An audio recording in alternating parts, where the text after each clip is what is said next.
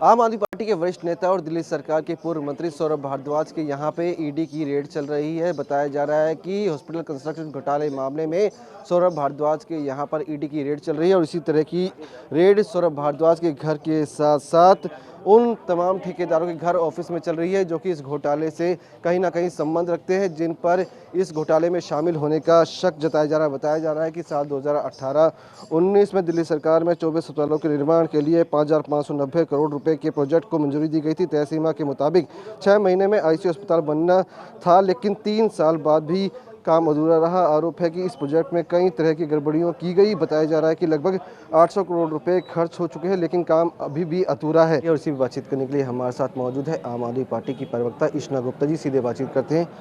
Madam, किस तरह से जानकारी मिली थी और अभी तक क्या निकल के सामने आया है? कुछ बातचीत हो पाई है सौरभ भारद्वाज जी से आपकी? देखिए, हमें सुबह सुबह खबर मिली कि सौरभ भारद्वाज जी के घर पे ईडी की रेड चल रही है, पर ये आप देखें तो एक षड्यंत्र है।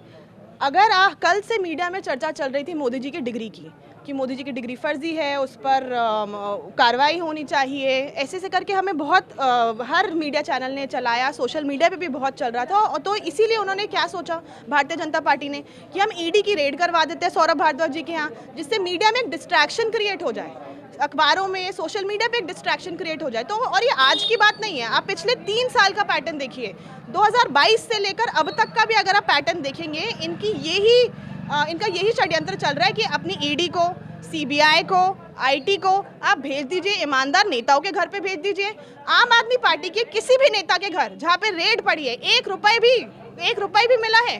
कहीं कुछ नहीं मिला है। सारे केस फर्जी साबित हो गए हैं। सत्येंद्र जैन जी के साथ क्या हुआ, 3 साल उन्हें जेल में रखा और 3 साल जेल में रखने के बाद क्लोजर रिपोर्ट फाइल करनी पड़ी।